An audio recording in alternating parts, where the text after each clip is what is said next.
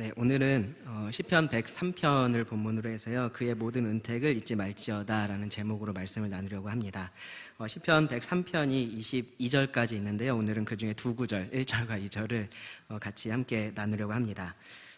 시편이 총 5권으로 이렇게 엮여 있는 것은 잘 알고 계시죠? 저희가 지금 어디쯤 와 있는지 아시나요?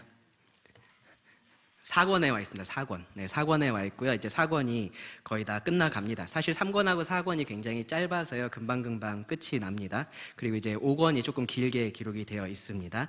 4권에 이제 4개의 시가 남아 있는데요. 이 4편의 시가요. 그러니까 시편 103편부터 시작해서 103, 104, 105, 106까지인데요. 그 4편의 시가 공통적으로 이 하나님에 대한 감사와 찬양의 내용을 담고 있습니다.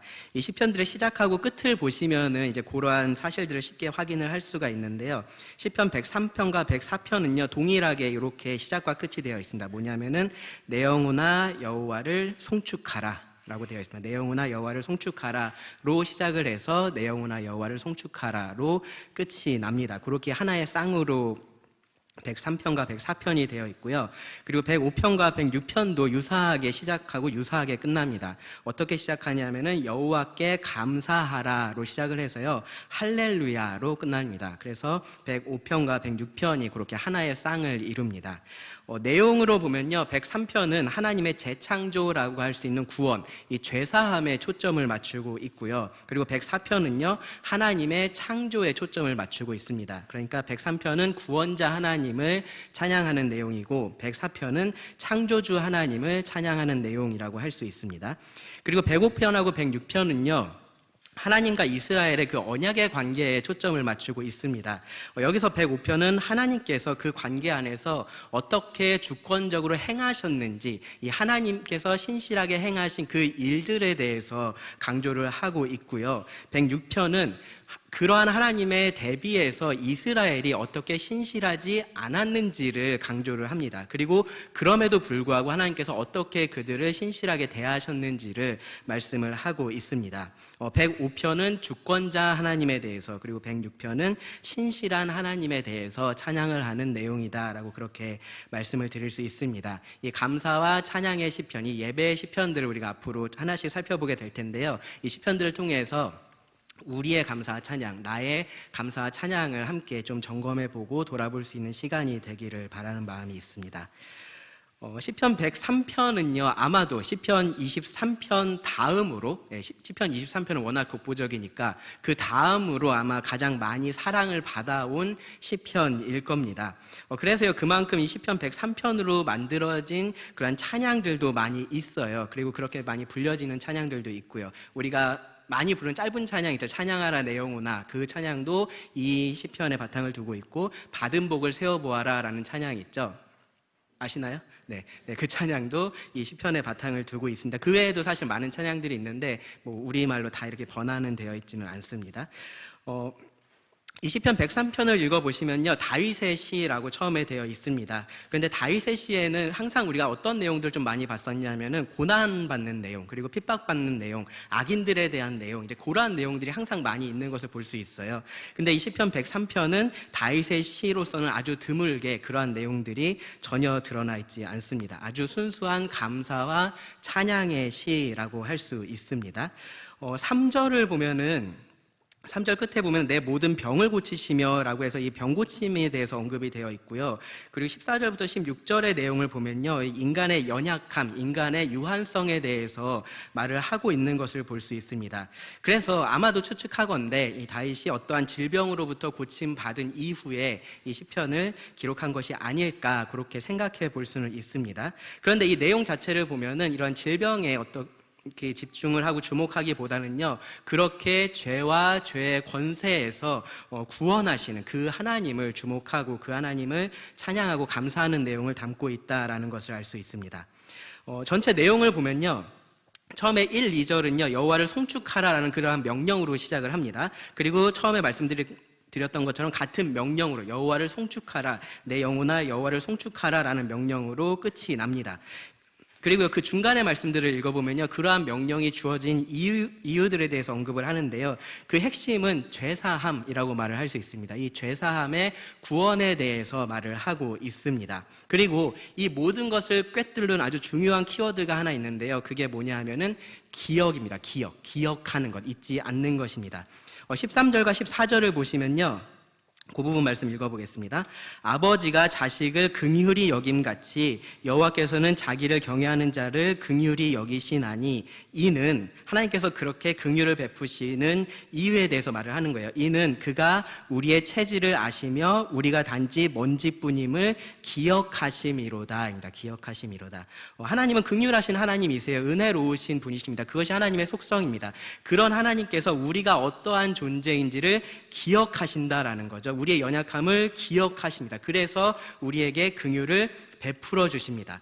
그리고 그렇게 긍휼을 입은 자들은 그런 하나님을 기억하는 것이 마땅하다라고 말을 하는 겁니다. 103편 2절 말씀이 그래서 그 말씀이에요. 내 영혼아 여호와를 송축하며 그의 모든 은택을 잊지 말지어다. 기억하라라는 거죠. 잊지 말라라는 겁니다. 기억하라라고 해도 되는데 잊지 말라라고 하면 조금 어감이 다르죠, 그렇죠? 우리가 기본적으로 잘 잊으려고 해서 그래요. 우리가 잘 잊으려고 해서 절대로 잊지 말라라고 그렇게 말씀을 하는 겁니다. 그래서 오늘 말씀의 제목도요, 그의 모든 은택을 잊지 말지어다입니다. 하나님의 은혜라는 것은요, 사실은 너무나 크고 무한해서 우리가 그것을 다 알 수도 없고, 그렇기 때문에 다 기억한다라는 것도 사실은 불가능한 일이에요. 근데 최소한 그 모든 것들을 우리가 잊지 말아야 하는 것이다라는 것을 우리가 잊지 말아야 된다라는 거예요. 이해되셨어요? 네.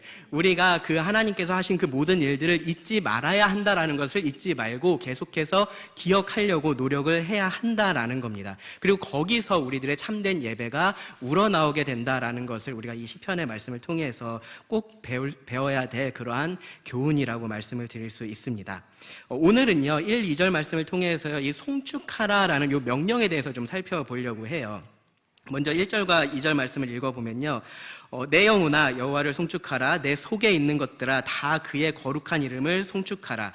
내 영혼아 여호와를 송축하며 그의 모든 은택을 잊지 말지어다. 여기 송축하라라는 말이 반복해서 나옵니다. 그렇죠? 이 동사는요, 본래는 축복하다, 복을 주다로 번역되는 그러한 동사입니다. 그렇기 때문에 일반적으로는 누가 누구에게 하는 말이겠어요? 높은 사람이 자기보다 낮은 사람에게 하는 말입니다. 그래서 그 사람을 축복해 주는 것, 혹은 직접적으로 자기가 무언가 이 사람에게 좋은 것을 주는 것을 말을 합니다. 그러한 의미를 가지고 있습니다. 그렇기 때문에 이것에 대한 결과는요, 이 축복을 받는 사람에게 있어서 좋은 것이 주어지는 거예요. 그래서 우리가 그런 것을 복이라고 말합니다. 복. 이 사람이 갖고 있지 않았던 그러한 것을 가진 사람이 이 없는 사람에게 주는 겁니다. 그렇게 해서 풍요로운 삶을 살 수 있게 해주고 풍성한 삶을 살 수 있게 해주고, 그것이 바로 이 이 송축하라라는 이 동사의 결과라고 할 수 있습니다. 축복하다라는 말이요, 이게 본래는요, 복을 빈다라는 뜻이잖아요. 그렇죠? 축복이라는 것이 복을 빈다라는 뜻입니다. 근데 오늘날은 복을 내린다라는 의미로 사람들이 굉장히 많이 사용을 해요. 그래서 제가 사전을 찾아보니까 아예 그런 의미가 사전에 등재가 되어 있더라고요. 그래서 복을 빈다라는 의미뿐만 아니라 이 복을 내린다라는 의미로도 축복이 이제는 사용이 되는 겁니다. 말이 그렇게 바뀐 거죠. 그래서 하나님의 축복이라는 말은 사실은 틀린 말이에요. 그렇죠? 하나님이 복을 비시진 않잖아요, 원래. 근데 하나님은 복을 내리시는 분이시지. 그런데 지금은 그 말도 우리가 쓸 수 있는 말이다라고 여러분 생각을 하셔야 됩니다. 오늘날의 통념으로서는 인정이 되는 표현이에요. 혼용할 수 있는 겁니다. 여튼 우리는요, 일반적으로 다른 사람을 축복하고요, 하나님께서 우리들에게 복을 주신다라고 그렇게 우리가 성경적으로는 분별을 할 수 있습니다. 우리가 다른 사람을 축복한다라는 의미는 뭐냐면요, 내가 이 사람에게 직접적으로 무언가를 준다라기보다는 하나님께서 이 사람에게 어떠한 좋은 것을 내려주시기를 바라는 마음, 그럴 때 우리가 축복한다라는 표현을 씁니다. 하나님께서 우리에게 복을 주시는 것은 하나님께서 실제로 이 사람에게 그러한 좋은 것을 주는 것을 또 의미한다라고 할 수 있습니다. 그렇게 해서 그 삶을 충분히 풍성하게 누릴 수 있게 하는 것, 그것이 복을 주는 것입니다. 하나님께서 우리들에게 복을 주는 것은 그러한 의미입니다. 하나님만이 성경을 보면요, 그러한 일들을 하실 수 있는 유일한 복의 근원이라고 말씀을 합니다. 그래서 이런 의미에서 보면요, 지금 여기 이제 송축하라라고 번역이 되어 있는데 원래는 축복하라라고 말씀을 드렸잖아요. 그래서 이것을 그대로 번역을 해보면 이렇게 돼요. 여호와를 축복하라가 되는 거죠. 그렇죠? 여호와를 축복하라. 앞에 말씀드렸던 이런 의미에서 생각해 보면 사실 맞지 않는 말이 됩니다. 그러니까 여호와께 축복하라도 아니고요. 여호와여 축복해 주소서도 아니잖아요. 그렇죠? 여호와를 송축하라, 여호와를 축복하라라는 이 명령은 언뜻 우리가 생각하기에 조금 이해하기 어려운 표현이 됩니다. 먼저 우리가 사람을 축복하듯이 하나님을 축복한다라는 것은 그 자체로서 말이 될 수가 없습니다. 왜 그렇습니까? 하나님에게 누가 복을 줄 수 있을까요? 하나님보다 더 큰 어떤 존재가 있어야 되잖아요. 그렇죠? 하나님이 가지고 있지 못한, 하나님께서 누리지 못한 어떠한 좋은 것을 가지고 있는 더 큰 존재가 있어야 하나님께 복을 줄 수 있을 텐데 그런 존재가 없습니다. 그러니까 하나님에게 우리가 복을 준다, 하나님을 축복한다라는 것은 사실은 가능한 말이 아닙니다. 그러면은 이 복을 준다라는 의미로서 여호와께 복을 드리라라는 명령의 의미로서는 우리가 받아들일 수 있을까요? 그러니까 우리가 다른 사람에게 복을 주는 것처럼, 좋은 것을 주는 것처럼 하나님께 우리가 좋은 것을 드린다라고 우리가 이 명령의 의미를 받아들일 수 있을까요? 앞서서 말씀드렸던 이 축복의 결과가 풍성한 삶이라고 말씀을 드렸잖아요. 그것을 고려해 보면은요, 이것도 사실은 엄밀한 의미에서는 가능한 일은 아닙니다. 우리가 무엇을 드린다고 해서 하나님의 삶이 더 풍요로워지고 풍성해지고 그럴 수는 없기 때문에 그렇습니다. 왜냐하면 하나님은 이미 풍요로운 분이시고 이미 모든 것을 가지고 계시는, 스스로 만족하시는 그러한 하나님이시기 때문에 그렇습니다. 사람들이 만들어낸 거짓신들은 그럴 수 있죠. 그렇죠? 그들에게 뭐가 부족해서 사람들이 뭔가를 줄 수가 있습니다. 그런데 하나님은 그렇지 않습니다. 하나님은 복의 근원이셔서 이 복을 주는 분이시지 복을 받으시는 그러한 분은 아닙니다. 그러면은 우리가 이 말을 어떻게 이해를 해야 될까요? 가만히 생각해 보면요, 우리가 하나님께 하는 모든 행위들이요, 모든 일들이요, 사실은 다 이런 식의 딜레마를 가지고 있다라는 것을 알 수 있습니다. 무슨 말이냐면은, 예수님은 우리한테 뭐라고 기도하라고 말씀하셨냐면은, 아버지여 이름이 거룩히 여김을 받으시오며 라고 기도하라고 말씀을 하셨습니다. 자, 하나님의 이름은 거룩한가요, 거룩하지 않은가요? 이미 거룩하죠. 그렇죠? 우리가 기도한다고 하나님의 이름이 더 거룩해지나요? 그러지 않습니다. 그렇죠? 그러지 않습니다. 그러니까 우리가 기도하는 것이 이렇게 하나님의 이름이 거룩히 여김을 받으시라고 그렇게 우리가 기도를 하는 것이 사실은 아무런 의미가 없다라는 생각을 우리가 할 수 있습니다. 성경은요, 우리에게 하나님을 영화롭게 해라, 하나님을 영광스럽게 하라라고 그렇게 명령도 합니다. 그런데 하나님은 이미 영광스러운 분이시잖아요. 그렇죠? 거기서 더 이상 영광스러워질 수 없는 그러한 분이십니다. 그런데 성경은 우리에게 하나님을 거룩하게 하라라고 명령을 하고 있고, 하나님께 영광 돌려라, 하나님을 영화롭게 해라라고 그렇게 명령을 하고 있습니다.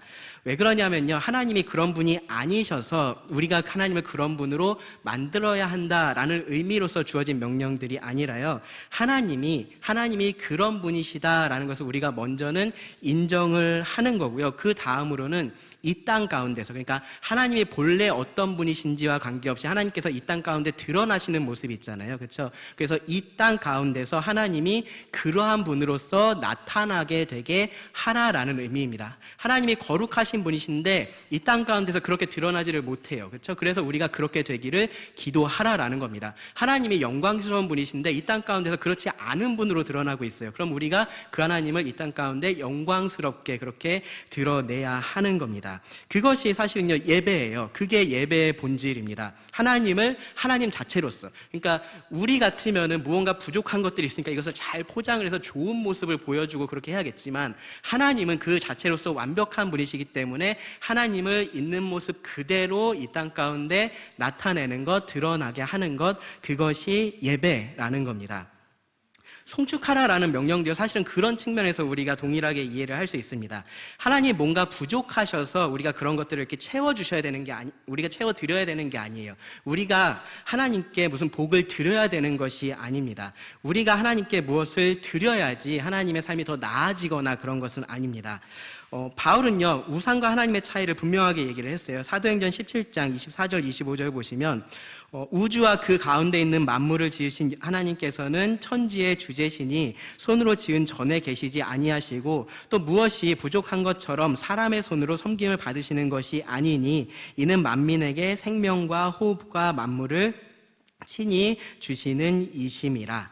네. 하나님께서 모든 것을 주시는 분이시지 하나님이 무언가를 받으시는 분이 아닙니다. 하나님은 언제든지 풍요롭지 않은 그러한 상태에, 뭔가가 부족한 상태에 계시지는 않으신 겁니다. 오히려 그렇게 풍요로우신 하나님, 모든 것을 가지고 계신 그 하나님께서 우리들에게 복을 주시는 분이시다라는 것을 우리가 인정을 하는 거고요. 그리고 그런 하나님을 우리가 이 세상 가운데 선포하는 겁니다. 그것이 지금 여기서 말하고 있는 여호와를 송축하라라는 말의 의미라는 거예요.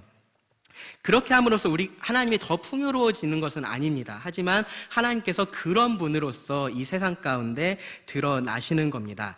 이렇게 하는 걸요, 이 한글 성경에서는 송축하다라고 그렇게 번역을 한 거고요. 근데 더 넓은 의미에서는 이것이 찬양이기 때문에 다른 번역본들을 보시면은 찬양하라라고 그렇게 번역을 했습니다. 그리고 더 넓은 의미에서는 이것이 예배하라라는 명령이 되기도 합니다. 하나님의 그 풍요로우심을 이 땅 가운데 나타내는 겁니다.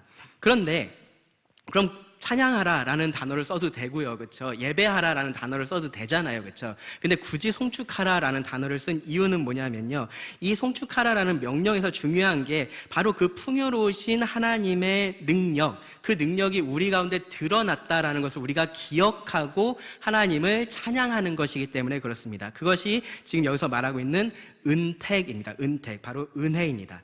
그래서 이 반복되는 이 송축하라라는 그 명령의 끝에요, 그의 모든 은택을 잊지 말지어다라는 이 명령이 자연스럽게 따라오는 겁니다. 그것이 하나님을 송축하는 근거가 되기 때문에 그래요. 정리하면요, 이 송축하라라는 명령은 하나님의 그 모든 은택을 내가 잊지 않고 하나님을 예배해서 그 하나님이 이 삶의 모든 복의 근원이시다라는 것을 선포하라라는 명령입니다. 이 명령이 시의 시작인 1절과 2절에서 반복돼서 강조가 된 거고요. 그리고 시의 끝인 19절부터 22절에서도 동일하게 반복돼서 강조가 됩니다. 오늘은요, 이 1절, 2절에서 이 명령과 관련돼서 우리가 좀 주목해야 될 것 3가지를 좀 말씀을 드리고 오늘 말씀을 마치려고 합니다. 첫 번째로 우리가 좀 이 1절, 2절에서 주목해야 될 것이 뭐냐면요, 여기서도 마찬가지로 반복되는 것이 있어요. 1절, 2절에 계속해서 여호와를 송축하라라고 하면서 그 명령의 대상으로서 반복되는 표현이 있습니다. 보이시나요? 내 영혼아입니다. 내 영혼아. 내 영혼아라고 말을 합니다. 그리고요, 1절에서는 처음에 내 영혼아 여호와를 송축하라라고 말했고요. 그리고 이어지는 말씀에서는 내 속에 있는 것들아라고 해서 조금 이 표현을 구체화시켜서 말을 하는 것을 볼 수 있습니다. 내 영혼, 우리 영혼을 생각하면 나의 이 육체의 몸하고 구별되는 우리의 속사람, 나하고는 우리 눈에 보이지 않는 그런 어떤 것을 의미한다라는 것을 우리가 알 수 있습니다. 그런데요, 다윗은 여기서 이 영혼하고 내 몸을 지금 구분하려고 하는 그러한 의도를 전혀 가지고 있지가 않아요. 그러니까 무슨 말이냐면은 자기 몸으로는 뭐를 하든지 아무 상관없이 내 영혼만 하나님을 잘 송축하고 있으면 된다, 그런 말을 지금 여기서 하려고 하는 게 아니다라는 거예요. 당연히 이 시편 103편은요 공적으로 예배가 드려지는 상황을 지금 전제로 두고 있습니다. 몸은 당연히 그럼 어디에 있겠어요? 그 예배가 드려지는 그 장소에 있겠죠, 그렇죠? 성전이면 성전일 거고, 오늘날 같으면 이 예배의 당이 될 겁니다. 그 예배의 자리에 있습니다. 이 시편 103편을 찬양하는 이 사람은요, 당연히 예배자로서 그 자리에 서 있을 거고요, 예배자로서의 태도를 보이고 있을 겁니다. 최소한 겉으로는 그렇게 보여지고 있을 겁니다. 그 입술로는 찬양을 하고 있을 겁니다. 그런데 그런 상황에서 겉으로만 하나님을 예배하는 것이 아니라 그 영혼이, 그리고 그 속에 있는 모든 것들, 내 안에 있는 모든 것들, 뭐냐면요, 내 생각, 내 감정, 내 의지, 그런 것들이 지금 여기에 다 포함이 되는 겁니다. 나의 모든 진심이 여기에 포함이 되는 겁니다. 그 모든 것들이 하나님을 예배하기를 바라는 겁니다. 예수님도 비슷한 의미로 영으로 예배하는 자라는 표현을 사용을 하셨었습니다. 공적인 예배 상황이라는 것을 우리가 생각해 보면요, 이 1절의 말씀은 내 영혼아 여호와를 송축하라 보다는요, 너희 모든 하나님의 백성아 여호와를 송축하라거나 우리가 함께 여호와를 송축하자라는 식의 표현이 훨씬 더 잘 어울립니다. 훨씬 더 자연스럽다라고 우리가 생각을 할 수 있습니다. 그런데 다윗은요, 내 영혼아 라고 그렇게 말을 합니다. 그렇게 해서요, 이 다수가 함께 모여서 예배를 드리는 이 자리라고 해도 중요한 것은 다른 사람들이 지금 예배를 어떻게 드리고 있는지가 아니라 내가 어떤 마음으로 예배를 드리고 있는지가 중요하다라는 것을 자연스럽게 강조했다라고 볼 수 있습니다. 이 시로 함께 찬양을 하는 상황을 여러분 생각을 해보세요. 다윗이라면 이 찬양을 하면서 내 영혼아 하면서 누굴 생각했겠어요? 자기를 생각했겠죠. 그렇죠? 다윗 옆에 있었던 그의 아내는 누구를 생각했을까요? 그 사람도 자기를 생각했을 겁니다. 다윗을 생각하면서 다윗아 하나님을 송축하라 그렇게 생각하지 않았을 겁니다. 그 자리에 있었던 모든 사람들은요, 각자 자기 영혼을 생각하게 됐었을 겁니다. 그리고 오늘날 이 시편으로 하나님을 예배하는 우리들도 사실은 마찬가지인 겁니다. 다른 사람들이 어떤 마음으로 이 예배를 드리는지를 생각하기에 앞서서요, 내가 어떤 마음으로 예배를 드리는지를 생각을 해야 되는 거예요. 몸은 예배당에 와 있는데 마음은 다른 데 가 있는 경우 정말로 많이 있습니다. 그렇죠? 요즘에 그런 표현들 많이 쓰죠. 영혼 없다라는 표현 많이 쓰잖아요. 예배하러 왔는데 그 영혼 없이 와 있는 경우들이 실제로 있습니다. 어제 봤던 영화, 거기에 내 영혼이 가 있는 때도 있고요. 어제 봤던 축구 경기, 거기에 가 있을 때도 있습니다. 혹은요, 주일 오후에 해야 될 일들이 계속 생각나는 거죠. 이 예배 시간 끝나면 내가 이거 해야지, 저거 해야지. 내일 시험 있는데 시험 공부 언제부터 언제까지 해야지. 내일 무슨 발표가 있는데 이렇게 준비해야지. 그런 것들에 우리의 마음이 온통 가 있을 수가 있습니다. 혹은요, 예배 자리에 와 있는데 아주 굳은 마음으로 와 있는 경우가 있어요. 그 영혼도 거기에 와 있는데 아주 굳어진 영혼으로 그 자리에 와 있는 경우들도 있습니다. 어떤 마음이냐면요, 절대로 하나님의 말씀을 내가 받아들이지 않을 거야, 하나님께서 주시는 은혜 내가 절대로 받지 않을 거야 라는 그런 마음으로 이 예배 자리에 와 있는 경우들도 있다라는 겁니다. 여러분, 가끔씩 모르는 번호로 이렇게 전화 왔는데 받아 마라 고민하다가 받았는데 안녕하세요 고객님 하면서 시작되는 전화 받으신 적 있으신가요? 그러면 그 뒤로 여러분 어떻게 그 말을 들으십니까? 저는 가끔씩 그냥 이렇게 내려놓습니다. 내려놓고서 그 사람 말 다 할 때까지 기다렸다가 네 근데 관심 없습니다 하고서 그렇게 끊거나 그렇게 합니다. 이 예배 자리에 여러분 그런 마음으로 오실 수 있다는 거죠. 나는 저 말을 전혀 듣고 싶지 않아, 나는 저기에 전혀 함께하고 싶지 않아 라는 그러한 마음으로 이 자리에 와 있을 수도 있다라는 겁니다. 그렇게 그냥 이 예배 시간이 끝나기만 바라는 그런 마음으로 우리가 있을 수도 있습니다. 예수님께서 바리새인과 서기관들에게 이런 말씀을 하셨어요. 너희가 입술로는 하나님을 경외하는데, 하나님을 예배하는데 너희 마음은 멀다라고 말씀을 하셨습니다. 우리가 그렇게 하나님을 예배할 수도 있다라는 거예요. 우리가 이 자리에 와 있지만 우리의 몸은 하나님을 예배하는 이 땅 위에서 가장 하나님께 영광을 돌리는 이 자리에 와 있지만 내 마음은 그것과 관계없이 아주 멀어져 있을 수 있다라는 겁니다. 그래서 우리도 여기 다윗처럼 내 영혼아, 내 속에 있는 것들아 라고 그렇게 나 자신을 부르면서 조금은 다그칠 필요도 있는 것 같습니다. 저는 이 표현이 좀 재밌는 표현이다라는 생각을 했어요. 그냥 저희가 자주 사용하는 표현, 자주 듣는 표현이기 때문에 그냥 뭔가 시적인 아름다운 표현 그렇게 생각할 수도 있지만 가만히 생각해보면 굉장히 흥미로운 표현입니다. 자기하고 자기의 영혼이 마치 이렇게 구별된 존재인 것처럼 지금 얘기를 하고 있는 거예요. 그렇죠? 이 말을 하고 있는 나는 여기 있고요, 나의 영혼을 바라보면서 그렇게 얘기를 하고 있는 겁니다. 그런데 시편을 보면요, 이렇게 자기 자신에게 혼잣말 하듯이 하는 말들이 꽤 있습니다. 시편 42편에는 보시면요, 내 영혼아 내가 어찌하여 낭망하느냐라고 그렇게 말을 하기도 합니다. 그리고 시편 62편에서는요, 나의 영혼이 잠잠히 하나님만 바란다라고 말을 하기도 하고요. 시편 116편 7절에서는요, 내 영혼아 너의 평안함으로 돌아갈지어다라고 그렇게 말씀을 하기도 합니다. 뭐냐 하면요, 지금 내 상황에서 조금 떨어져서 나를 바라보고 있는 건 거예요. 우리가요 가끔씩 이렇게 해야 될 때가 있습니다. 나 자신에게서 한 걸음 멀어져서, 위로 가든 옆으로 가든 한 걸음 멀어져서 나 자신과 내 자신이 처해 있는 그 상황을 바라봐야 될 때가 있습니다. 자기 객관화라고 그렇게 말을 할 수도 있는데, 이런 것들을 통해서요 우리는요 무엇이 옳은 것인지를 우리 자신에게 다시 한번 되새기고 알려줄 필요가 있는 거예요. 그렇게 하지 않으면요, 우리는 옳은 것보다는 그냥 내가 좋아하는 것을 따라가려는 경향이 아주 강하기 때문에 그렇습니다. 대부분 사람들은요, 다른 사람들한테 굉장히 냉정한데 자기에게 한없이 따뜻합니다. 죄라는 것이요, 이기심, 그러니까 자기를 사랑하는 마음, 그것을 가장 큰 특징으로 가지고 있기 때문에 그래요. 우리가 다 그런 겁니다. 그러니까요, 다른 사람들한테 충고할 때는 아주 냉철하게, 아주 분별력 있게 말을 해줘요. 뭐가 옳은지, 이런 상황에서는 이렇게 해야 돼 라고 그렇게 얘기를 합니다. 근데 자기가 똑같은 상황에 있을 때는요, 그렇게 동일하게 분별하지 못하고, 그렇게 판단하지 못하고, 그렇게 행동하지를 못합니다. 다른 사람들이 어떠한 일을 하면요, 그래, 그렇게 할 만한 거 이해할 수는 있는데 그래도 이렇게 하는 게 맞아 라고 우리가 쉽게 얘기를 하는데, 그 똑같은 일을 내가 하게 되면은 그럴 수밖에 없었고, 그러니까 이런 일들을 네가 이해해줘야 돼 라고 우리가 그렇게 이야기를 합니다. 뭐냐면요, 옳은 것보다는 그냥 나에게 좋은 것을 우리가 선택을 한다라는 거예요.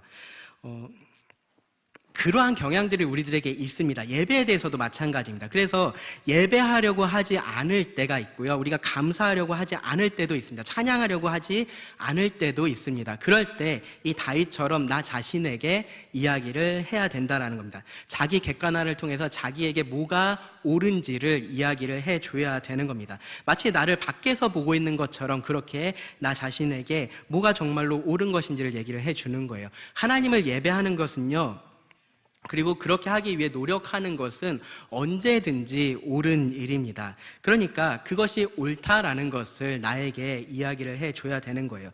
내 감정이 예배하고 싶지 않을 때 있어요. 그렇죠? 그러한 마음들이 우리가 들 때가 있습니다. 내 생각이 다른 것으로 가득 차 있을 그러한 경우들이 우리들에게 있습니다. 내 의지가 연약할 때가 있습니다. 그럴 때 이렇게 강력하게 얘기를 해줘야 되는 거예요. 내 영혼아 여호와를 송축하라. 내 속에 있는 것들아 다 그의 거룩한 이름을 송축하라. 물론 이 말 한마디로 마음이 다 바로잡히고 그러면 좋겠지만 그렇지 않을 수도 있겠죠. 그런데 중요한 건 뭐냐면은 그렇게 나 자신을 그냥 흘러가게 내버려 두지 않는다라는 겁니다. 이 내 영혼아 여호와를 송축하라라는 이 말은요, 아름다운 시의 한 구절이 될 수 있어요. 그렇죠? 정말로 하나님을 진심으로 예배하는 사람이 이렇게 하나님을 예배하고 찬양할 수도 있는 겁니다. 그런데 때로는요, 아주 치열하게 자기와의 싸움을 하고 있는 그 사람이 스스로에게 하는 그런 기합 소리와 같은 것일 수도 있는 겁니다. 여러분, 힘든 일, 어려운 일들 할 때, 정말로 힘을 써야 되는 일을 할 때 기합을 넣으면서 자기를 다그치잖아요. 그렇죠? 너 왜 그래? 너 이거 할 수 있잖아. 막 그렇게 하면서 그렇게 해보신 적 없으신가요? 네. 그런 일들 아마 경험들이 있으실 겁니다. 여기서 그렇게 해야 된다라는 겁니다. 이 하나님을 예배하기 위해서, 하나님을 정말로 올바르게 예배하기 위해서 우리가 그러한 노력들을 하기도 해야 한다라는 겁니다. 하나님께서 나에게 해주신 그 일들에 집중해서 하나님을 송축하기 위한 그러한 노력들을 해야 됩니다. 예배 시간에만 그렇게 해야 된다라는 것이 아니라요, 다른 모든 시간에 우리가 그렇게 예배자로서 합당하게 살아야 됩니다. 자, 다음으로 주목할 표현은 뭐냐 하면요, 2절에 나오는, 2절 끝부분에 나오는 그의 모든 은택이라는 표현입니다. 그의 모든 은택. 이 은택들이 무엇인지는 다음 시간에 그 이어지는 말씀들을 통해서 더 자세하게 살펴보게 될 겁니다. 3절부터 5절 말씀이 바로 이 은택에 대해서 얘기를 하고 있고요. 그리고 6절부터 이어지는 말씀들이 이 3절부터 5절에서 짧게 이야기한 이 은택들을 더 자세하게 풀어서 말씀을 하고 있습니다. 그 부분을 저희가 다음에 더 살펴보게 될 텐데요. 오늘은 이 은택의 특징에 대해서 좀 간단하게 말씀을 드리겠습니다. 먼저 이런 문맥에서 우리에게 더 익숙한 단어가 있어요. 은택하고 비슷한데 더 익숙한 단어. 뭘까요? 은혜죠. 그렇죠? 은혜. 네, 은혜가 우리들에게 훨씬 더 익숙합니다. 그래서 다른 번역들을 보면요, 은혜라고 그렇게 주로 번역이 되어 있는데, 이 개정개혁 성경은 은택이라는 조금은 익숙하지 않은 그런 표현을 사용을 했습니다. 옛날 표현이다, 그렇게 여러분들 생각하실 수도 있는데요. 근데 사실은 이 번역이 더 정확한 번역이긴 합니다. 이 은택이라는 단어를 국어 사전에서 찾아보면요, 은혜와 덕택을 아울러 이르는 말이라고 그렇게 되어 있습니다.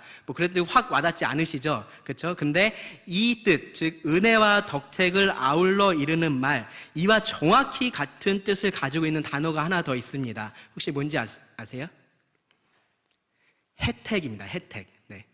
은택이 아니라 혜택인 겁니다. 혜택. 히브리어 단어가 정확히 이 혜택을 의미를 합니다. 그리고 영어 성경은요, 그래서 이 단어가 benefit으로 번역이 되어 있습니다. 이익인 거죠. 유익인 거죠. 우리가 무언가를 해서 얻어내는 보상을 말을 하는 게 아니라요, 그 이상으로 혹은 아예 내가 무엇을 하느냐에 상관없이 나에게 주어지는 좋은 것들을 의미를 하는 거예요. 마땅히 내가 받을 것을 받는 것이 아니라 그 이상으로 무언가를 받는 것을 의미를 합니다. 우리가 하나님을 송축하기 위해서 잊지 말아야 할 것이 바로 이 하나님께서 우리에게 그런 은택을 주신다라는 겁니다. 1절 뒷부분에 보시면요, 하나님 이 여호와를 송축하라라는 그 여호와에 이런 단어가 대체되어 있어요. 그의 거룩한 이름이라고 되어 있습니다. 하나님이 거룩한 분이시기 때문에 지금 이러한 표현들을 사용을 하는 겁니다. 하나님은 거룩한 분으로서 다른 모든 피조물하고 구별되는 분이시죠, 그렇죠? 그런 하나님이시기 때문에 내 삶에 가능해진 일들이 있습니다. 그렇게 다른 모든 것과는 같지 않으신 분이시기 때문에 하나님이, 그렇기 때문에 내 삶에 하나님 때문에 생겨난 좋은 일들이 우리 삶에 가득가득 합니다. 그것을 지금 여기서 은택이라고 말을 하고 있는 겁니다. 내가 스스로 할 수 없는 것들, 다른 어떤 사람이 해줄 수 없는 것들을 말합니다. 오직 모든 복의 유일한 근원이신 그 하나님께서 나에게 주신 것을 말을 합니다. 그렇게 하나님께서 내 삶을 풍요롭게 해주신 그 모든 것들을 잊지 말라라고 말을 하는 거예요. 중요한 것들만 잊지 않으면 되는 게 아니라요, 모든 것을 잊지 말라라고 합니다. 그러니까 좋은 직장 들어가고 뭐 결혼을 잘하고 자녀가 잘 되고 교통사고가 났는데 나만 멀쩡하고 그런 것들만 은택이 아니다라는 거죠. 우리가 당연하게 생각하면서 누리고 있는 그 모든 것들이 가만히 생각하면은 다 하나님의 은택이라고 말을 할 수 있습니다. 이런 사실을 시간이 갈수록 더 많이 깨닫게 되는 것 같아요. 아마 여러분들도 가만히 생각해 보시면요, 1년 전에는 내가 감사할 수 없었던 것을 지금은 감사할 수 있는 것들이 있을 겁니다. 10년 전에는 내가 생각도 못했던 그러한 것들에 대해서 지금은 감사할 수 있는 것들이 있을 거예요. 30년, 40년, 50년 그 오랜 시간 동안 하나님을 내가 계속해서 경험해 오면서 이 하나님의 은택을 더 많이 경험을 한 겁니다. 그러면서 그 하나님을 송축할 것들이 더 많아진 겁니다. 정말로 하나님을 사랑하고 하나님을 섬기는 사람이라면요, 시간이 지날수록 하나님에 대해서 배신감을 느끼는 것이 아니라 하나님을 더 신뢰하게 됩니다. 그래서 어떤 학자들은 이 시편 103편이 다윗이 아주 늦은 나이에 기록을 한 시편이라고 그렇게 주장을 하기도 해요. 그게 사실인지 아닌지를 우리가 알 수 있는 방법은 없습니다. 그런데 확실한 건 뭐냐면요, 나이가 들수록 더 하나님의 은택을 알게 된다라는 겁니다. 시간이 지날수록 여러분들이 하나님 안에 있다면 그 하나님의 은택을 우리가 더 많이 경험할 수 있게 된다라는 겁니다. 세상의 기준에서는요, 나이가 들면 좋아질 게 없어요, 그렇죠? 근데 예배자의 관점에서는 그렇지가 않은 겁니다. 내 삶의 모든 좋은 것들을 하나님께서 주셨구나라는 것을 여러분 점점점 더 많이 알 수 있게 됩니다. 그러면서 그 하나님을 더 송축할 수 있게 됩니다. 근데요, 그게 그냥 저절로 되는 게 아니라요, 그 모든 은택을 여러분들이 기억하실 때 된다라는 겁니다. 내 삶의 모든 좋은 것이 하나님께로부터 왔다라는 것을 내가 인정할 때 그것이 가능한 겁니다. 은택은요, 나와 관계없이 내 삶에 주어지는 것으로요, 내 삶을 더 풍요롭게 만드는 그러한 것들입니다. 하나님께서 그 일을 하신다라는 것을 우리가 기억해야 됩니다. 그러면요, 나이가 몇 살이든지 상관없이 그 모든 은택의 근원이 되시는 하나님을 송축할 수 있습니다. 세 번째로요, 제가 좀 이 말씀에서 살펴보고 싶은 표현은 뭐냐면요, 2절 끝에 나오는 잊지 말지어다라는 그 표현입니다. 그래서 결국은 제일 중요한 게 그건 거예요. 기억하는 것, 그 하나님께서 하신 일들을 기억하는 것, 잊지 않는 겁니다. 여기서 잊지 말라라는 것은요, 그냥 머릿속으로 기억만 하라라는 의미가 아니라요, 당연히 머릿속으로 기억을 해야 되지만 그 기억을 가지고 무엇을 하는 것을 말을 합니다. 여기서는 당연히 하나님을 송축하는 것을 의미를 하겠죠. 무슨 말이냐면은 집 나갈 때 불 끄는 거 잊지 마라고 그렇게 엄마가 얘기했다라고 생각해 보세요. 근데 애가 불을 다 켜놓고 나왔어요. 그러니까 엄마가 물어보죠. 너 왜 불 다 켜놓고 나왔어? 다 켜놓고 나왔어? 물어봐요. 저 불 켜놓고 나가는 거 잊지 말라 그래서 잊지 않고 나왔는데요? 라고만 말을 한다라고 생각을 해보세요. 엄마가 의도했던 건 뭔 거예요? 그것을 기억하고 불을 끄고 나오라는 의미였겠죠. 그렇죠? 기억하고 무언가 행동을 해야 되는 겁니다. 그래서 여기서 잊지 말라라는 것도 사실은 그렇게 1단계와 2단계의 의미가 있습니다. 1단계는 뭐냐면은 정말로 잊지 않고 기억을 하는 겁니다. 그 사실을요. 하나님의 모든 은택을 기억을 하는 겁니다. 그리고 2단계는 뭔 거예요? 그것을 기억하고서 나 기억했어. 그럼 다 한 거야. 그게 아니라 그렇기 때문에 하나님을 송축하는 것, 하나님을 예배하는 것까지 나아가야 되는 거죠. 우리는 하나님의 모든 은택에 대해서 이 둘 다를 잘 못한다라는 생각이 들어요. 이 은택이라는 것을 쉽게 잊어버리고요. 그리고 기억하고 있더라도 그것에 대해서 하나님을 송축하지를 않는 겁니다. 기본적으로 아주 쉽게 우리가 잊어버립니다. 하나님께서 내 삶에 해주신 그 모든 일들을 우리가 아주 쉽게 잊어버립니다. 신기하게 나쁜 것들은 다 기억이 나요. 그렇죠? 하나님께서 나한테 이렇게 나쁘게 하셔서 내가 그때 그래갖고 이렇게 하나님한테 따졌었지. 막 그런 것들은 다 기억이 나는데 좋은 것들은 그냥 잊어버립니다. 왜 그럴까 제가 한번 생각을 해봤는데요. 앞에서 언급드렸던 것처럼 우리가 이기적인 사람이어서 그렇다라는 생각이 좀 들었습니다. 나한테 잘해주는 건 어떤 거예요? 당연한 일인 거죠. 그렇죠? 왜냐하면 나는 사랑스러운 사람이니까. 그래서 나한테 누군가 잘해주는 것은 아주 당연한 일이 되는 겁니다. 그런데 나에게 잘해주지 못하는 것에 대해서는 어떤 거예요? 정말로 상식적으로 생각도 할 수 없는 그 일을 나에게 그 사람이 했다라고 우리가 자연스럽게 받아들이게 되는 겁니다. 그러다 보니까 누가 나한테 잘해준 거는요 그냥 그런가 보다 하면서 쉽게 넘어가요. 근데 조금이라도 부정적인 말을 하면은 그것이 마음에 콕 와서 박히고요. 나중에 어떤 순간이 있을 때 그것을 확 끄집어내서 그 사람을 우리가 공격하기도 합니다. 그러다 보니까 어떤 사람들은요, 이 인간관계에 대해서 얘기를 할 때 이런 얘기들을 해요. 항상 잘해주면 안 된다라고 얘기를 합니다. 뭐냐 하면은 잘해주는 것을 당연한 것으로 만들어버리면은 한 번 잘못하면은 그걸로 정말 나쁜 사람이 돼버리는데 잘 안 해주는 것을 당연한 것으로 만들면은 한 번 잘해줬을 때 내가 좋은 사람이 될 수 있다라는 거죠. 우리가 그런 경향이 있습니다. 그렇죠? 그것을 우리가 부정할 수는 없을 겁니다. 그런데 그렇다고 해서 우리가 그런 사람이 되어야 하는 것은 아니에요. 그렇죠? 내가 무언가를 훔치고 싶은 마음이 있다고 해서 내가 꼭 도둑이 되어야 하는 것은 아닙니다. 죄의 소원은 우리들에게 있지만 우리가 그것을 다스려야 되는 거죠. 항상 은혜는 잊어버리고 원수는 갚고 그런 사람이 우리가 돼서는 안 됩니다. 특히 하나님께서 우리들에게 베푸시는 이 은택을, 그 모든 은택을 우리는 절대로 잊지 말아야 됩니다. 그것이 내 성향에 아무리 반대가 되는 것이 됐어도 그렇게 해야 된다라는 거예요. 하나님은 항상 우리들에게 좋은 것을 주십니다. 좋은 것으로 우리 삶을 채워주십니다. 나에게 있어 좋은 것이 있다면요, 그것은 다 하나님께로부터 온 겁니다. 그 사실을 잊지 말아야 됩니다. 신명기 말씀의 핵심이 사실은 이겁니다. 모세가요, 이 이스라엘에게 하나님의 모든 은택을 잊지 말 것에 대해서 말한 것을 기록한 것이 사실은 신명기예요. 그것에 대해서 모세는 당부하기도 하고 권면하기도 하고 명령하기도 하고 경고하기도 하고 하여튼 모든 방법을 동원해서 하나님의 은택을 좀 잊지 마라라고 그들에게, 이스라엘 백성들에게 계속해서 말을 합니다.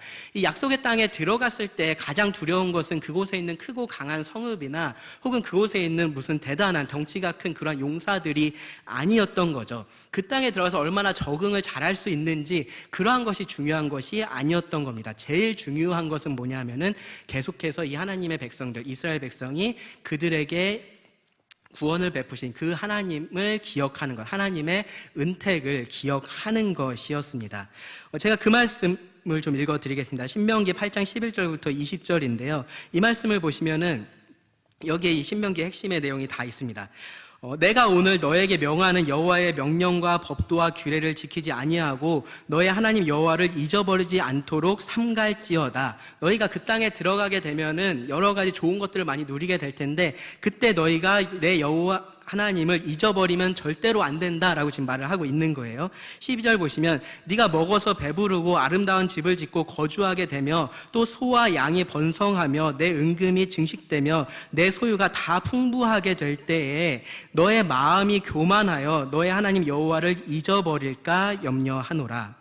여호와는 너를 애굽 땅 종되었던 집에서 이끌어내시고 너를 인도하여 그 광대하고 위험한 광야 곧 불뱀과 정갈이 있고 물이 없는 간조한 땅을 지나게 하셨으며 또 너를 위하여 단단한 반석에서 물을 내셨으며 너의 조상들도 알지 못하던 만나를 광야에서 너에게 먹이셨나니 이는 다 너를 낮추시며 너를 시험하사 마침내 너에게 복을 주려 하심이었느니라. 지금 여기서 말하고 있는 것이 다 뭐예요? 하나님의 은택인 거죠. 그렇죠? 하나님께서 이들에게 베풀어 주신, 이들이 마땅히 누릴 만한 좋은 것들이 아니라 하나님께서 은혜로서 이들에게 주신 그러한 은택이었던 겁니다. 그 모든 것들 이들이 얻게 되었을 때의 문제에 대해서 말을 하고 있는 거예요. 17절 보시면은 그러나 네가 마음에 이르기를 내 능력과 내 손의 힘으로 내가 이 재물을 얻었다 말할 것이라. 너의 하나님 여호와를 기억하라. 하나님을 잊으면 이 누리는 모든 좋은 것들이 다 누가 한 것이라고 생각을 하게 된다라는 거예요. 내가 한 것으로 생각을 하게 된다라는 거죠. 그러니까 당연히 감사할 일이 없습니다. 감사할 이유가 없습니다. 그래서 하나님을 기억하라라고 말을 하는 겁니다. 하나님께서 어떠한 은택을 너에게 베풀었는지를 기억해야 된다라고 말씀을 하는 겁니다. 내 하나님 여호와를 기억하라. 그가 너에게 재물 얻을 능력을 주셨음이라. 이같이 하심은 너의 조상들에게 맹세하신 언약을 오늘과 같이 이루려 하심이라. 네가 만일 너의 하나님 여호와를 잊어버리고 다른 신들을 따라 그들을 섬기며 그들에게 절하면 내가 너희에게 증거하노니 너희가 반드시 멸망할 것이라. 여호와께서 너희 앞에서 멸망시키신 민족들 같이 너희도 멸망하리니 이는 너희가 너희의 하나님 여호와의 소리를 청종하지 아니함이니라. 기억해야 됩니다. 잊지 말아야 되고요. 그리고 청종해야 됩니다. 듣고 순종해야 된다라고 말을 하는 겁니다. 하나님께서 하신 그 일들을 잊어버리는 게요, 곧 하나님을 잊어버리는 것하고 다르지 않습니다. 그러니까 내 능력과 내 손의 힘으로 내가 이 재물을 얻었다라고 그렇게 말을 하게 되는 겁니다. 내가 노력을 했고 그 결과로 이 좋은 것들 내가 다 얻었다라고 말을 하는 것은요, 하나님의 백성이라면 절대로 해서는 안 되는 일입니다. 예루살렘으로 가던 중에 예수님께서 10명의 나병 환자를 고치신 적이 있습니다. 누가복음 17장에 기록이 되어 있는데요. 찾으실 분들은 찾으셔도 됩니다. 예수님께서 그 나병 환자들을 고치신 일 자체가 그렇게 특별한 일은 아니에요. 그렇죠? 예수님은 사실 나병 환자들 굉장히 많이 고치셨습니다. 한 명이 아니라 10명을 고치셨으니까 더 큰 능력을 행하셨구나. 뭐 그러한 것을 강조하려고 이 말씀이 기록된 것도 아니에요. 이 누가복음 17장에서 예수님께서 10명의 나병 환자를 고치신 이 사건을 기록한 목적은 어디에 있냐면요, 그 나병 환자 10명이 그러한 능력을 행하신 예수님께 어떻게 반응했는지를 말을 하려고 기록이 되어 있습니다. 10명의 나병 환자가 예수님을 찾아와서요, 우리를 불쌍히 여겨주십시오 라고 그렇게 구했습니다. 그 나병 때문에 이들이 얼마나 큰 고통 가운데 있었고 얼마나 어려운 가운데 있었는지 우리가 다 헤아릴 수 없습니다. 그들은 예수님이 아니면 그러한 상황에서 벗어날 수가 없었습니다. 예수님께서 그들을 불쌍히 여기십니다. 그들에게 가서 제사장들에게 너희 몸을 보이라 라고 그렇게 말씀을 하셨습니다. 그 말씀에 따라서 이 제사장에게 갔었던 이 10명의 나병 환자들이요, 모두 다 깨끗함을 받았습니다. 여기까지 모두가 다 똑같습니다. 다 똑같습니다. 그런데 차이가 생긴 때는요, 그들이 원하는 것을 얻었을 때입니다. 그들이 예수님께 구했던 그것을 얻었을 때 그들 사이에서 차이가 생겼습니다. 10명 중에 단 한 사람만이 자기가 낳은 것을 보고 하나님께 영광을 돌리면서 예수님 앞에 엎드려서 감사했다라고 성경은 말합니다. 흥미로운 건 뭐냐면요, 그 상황을 두고 예수님께서 하신 말씀이에요. 누가복음 17장 17절부터 19절을 보시면 예수께서 대답하시되 10사람이 다 깨끗함을 받지 아니하였느냐? 그 9은 어디 있느냐? 이 이방인 외에는 하나님께 영광을 돌리러 돌아온 자가 없느냐 하시고 그에게 이르시되 일어나 가라, 너의 믿음이 너를 구원하였느니라 하시더라.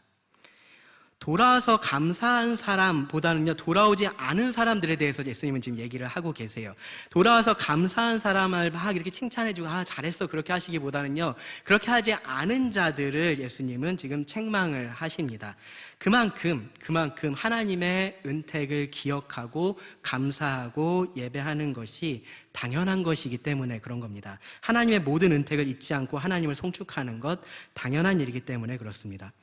로마서 1장은요, 인류의 아주 근본적인 죄의 문제를 지적을 합니다. 그러면서요, 무슨 말을 하냐면요, 사람들이요, 이 죄인된 사람들이 하나님을 알지만 하나님을 영화롭게 하지도 않고 또 뭐를 하지 않는다 그래요? 감사하지 않는다라고 말합니다. 감사하지 않는다. 하나님께서 주시는 그 좋은 것들 다 누리고 있으면서 하나님을 영화롭게 하지 않습니다. 하나님께 예배하지 않습니다. 하나님을 기억하지 않습니다. 하나님께 감사하지 않습니다. 하나님은 분명하게 자신을 드러내고 계시는데 우리는 그 영원히 찬송받아 마땅하신 그 하나님께 올바르게 반응하고 있지를 않은 겁니다. 예배하지 않는 겁니다. 그것이 죄라고 말씀을 하고 있습니다. 예수님도요, 돌아와서 이 감사의 예배를 드렸던 그 옛 나병 환자에게 너의 믿음이 너를 구원하였다라고 말씀을 하셨어요. 여기서 말하는 이 구원이라는 것이요, 다른 맥락에서는 육체의 질병이 낫는 것을 의미할 수도 있지만 이 맥락에서는 분명히 영혼의 구원을 의미한다라고 볼 수 있습니다. 왜 그러냐면은 이미 이 사람은 나병이 다 나았거든요. 육체의 질병은 다 나았습니다. 그런데 예수님은 이 사람에게 지금 너의 믿음이 너를 구원했다, 너를 치유했다라고 말씀을 하셨습니다. 그의 영혼이 치유가 된 겁니다. 이 사람을 제외한 나머지 그 나병 환자들은요, 육신의 치유는 경험을 했지만 이 영혼의 치유는 경험을 하지 못했습니다. 영혼의 치유를 경험한 사람만이 참되신 하나님께 감사하면서 예배할 수가 있는 겁니다. 하나님은요, 마땅히 영원히 찬송을 받으셔야 되고요, 우리가 그렇게 해야 됩니다. 왜 그러냐면은 우리가 받아 마땅한 심판은 우리가 받지 않았기 때문입니다. 우리가 받지 않아야 할 그러한 은택들을 하나님께서 우리들에게 주셨기 때문입니다. 우리가 하나님을 영원히 찬양해야 됩니다. 그리고 그 바탕에 있는 것이요, 바로 내 삶 가운데 하나님께서 주신 그 모든 은택을 잊지 않는 겁니다. 그 무엇도 내 손으로 이루었다라고 말하지 않는 겁니다. 여러분, 그렇게 말하고 싶을 때가 있을 거예요. 어떤 일들에 대해서 나 이만큼 노력해서 이만큼 얻었어, 이것에 대해서 나 자신을 칭찬해야 돼, 사람들이 나에 대해서 좋은 말들을 해줘야 돼. 그러한 생각들이 여러분 혹시 드실 때가 있을지 모릅니다. 그러한 마음이 드시면요, 그러한 말들을 하고 싶을 때, 내가 이렇게 했다라고 말하고 싶을 때요, 이렇게 여러분 스스로에게 말하시기 바랍니다. 내 영혼아 여호와를 송축하라. 하나님의 모든 은택을 잊지 말라라고 여러분 스스로에게 그렇게 말하시기 바랍니다. 그리고 나의 모든 것들을 가지고, 내 속에 있는 그 모든 것들을 가지고 진심으로 하나님을 감사하고 하나님을 찬양하시기 바랍니다. 그것이 우리가 마땅히 해야 될 일입니다. 기도하고 말씀을 마치겠습니다. 하나님, 또 오늘 시편 말씀을 통해서 우리의 삶과 예배를 다시 생각해 볼 수 있게 하셔서 참 감사드립니다. 하나님, 우리가 잊지 않기를 원합니다. 하나님, 우리가 잊지 않게 하여 주시기를 구합니다. 하나님께서 우리에게 베푸신 그 모든 은택을 잊지 않게 하여 주시기를 구합니다. 내 삶의 어느 한 조각도 내 손으로, 내 힘으로 이룬 것이 아니라 하나님께서 주신 것임을 기억하게 하시고 그 하나님께 늘 감사하며 찬양할 수 있게 해 주시기를 구합니다. 풍요로우신 하나님께서 내 삶을 풍요롭게 하셨음을 이 세상 가운데서 높이 선포하며 살아갈 수 있게 해 주시기를 구합니다. 들은 모든 말씀 주님께 의지하며 예수님 이름으로 기도드립니다. 아멘.